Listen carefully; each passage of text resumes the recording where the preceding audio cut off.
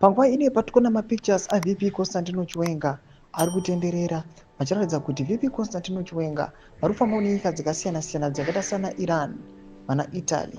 Vatiri kuona kuti aiwa ari kusangana achinoita mahigh level meetings, achinoinvolva matalks angoonekwa kunzi aiwa nyika yeZimbabwe inga involviwa mumalatest invention how kuti nyika yeZimbabwe ikwanise kubudirira ichiendera mberi. Sanapinda mashoko atoona kuti macritics vava vachitaura pamusoro pechiitiko ichi pamusoro paVP Constantino Chiwenga and his ruling party ZANU-PF. Don't subscribe or like on the bell icon.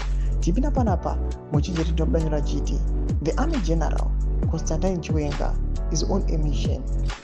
He's using every opportunity to act presidential. He's no different from Mnangagwa.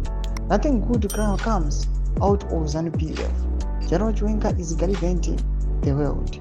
He is in Iran, acting president. More command is not the answer to Zimbabwe's problems. Command agriculture, flow. Command economy, flow. Command presidency, flow.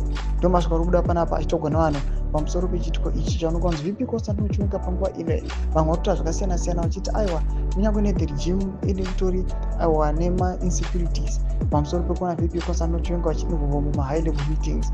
Tikuona macritics vari kuchiti kuva involved mumahigh level meetings hakusi kusolva any problems kwatiri just because as Zimbabweans we are suffering.